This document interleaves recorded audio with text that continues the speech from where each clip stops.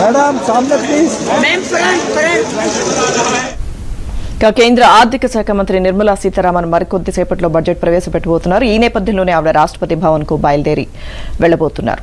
ప్రస్తుతం ఆ దృశ్యాలు మనం ఏబిఎన్ స్క్రీన్ మీద చూస్తున్నాం. మరికొద్దిసేపట్లో బడ్జెట్ ప్రవేశపెట్టనున్నారు కేంద్ర ఆర్థిక శాఖ మంత్రి నిర్మలా సీతారామన్.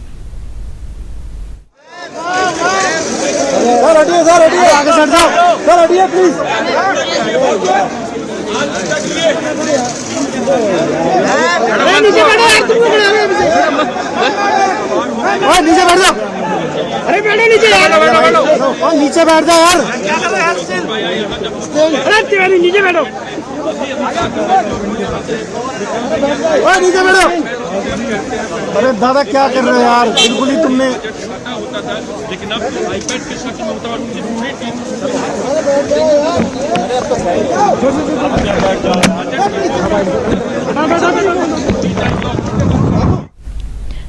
కేంద్ర ఆర్థిక శాఖ మంత్రి నిర్మలా సీతారామన్ మరికొద్దిసేపట్లో పార్లమెంట్లో బడ్జెట్ ను ప్రవేశపెట్టనున్నారు. ఈ నేపథ్యంలోనే ఆమె రాష్ట్రపతి భవన్ కు ప్రస్తుతం బయలుదేరి వెళ్లిన దృశ్యాలు మనం చూస్తున్నాం. మరికొన్ని గంటల్లో అందరూ ఎదురు చూస్తున్నారు. ఈ బడ్జెట్ కి సంబంధించి ఈసారి బడ్జెట్ ఏ విధంగా ఉండబోతుందన్న ఉత్కంఠకి సంబంధించి మరికొన్ని గంటల్లో తెరపడబోతోంది.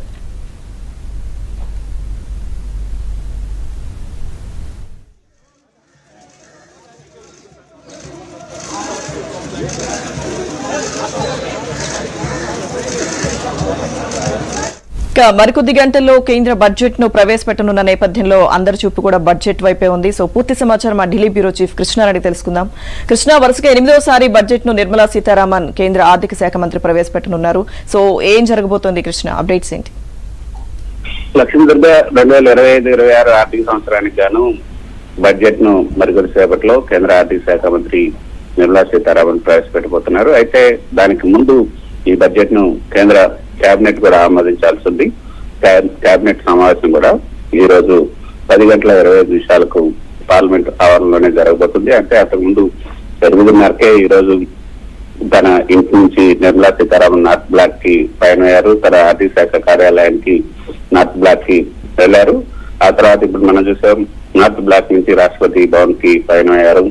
ఇప్పుడు రాష్ట్రపతికి కూడా ఈ యొక్క బడ్జెట్ కాపీని రాష్ట్రపతికి అందజేయబోతున్నారు.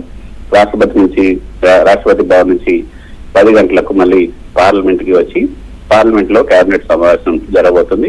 పార్లమెంట్ లో ఉదయం 10:25 కేంద్ర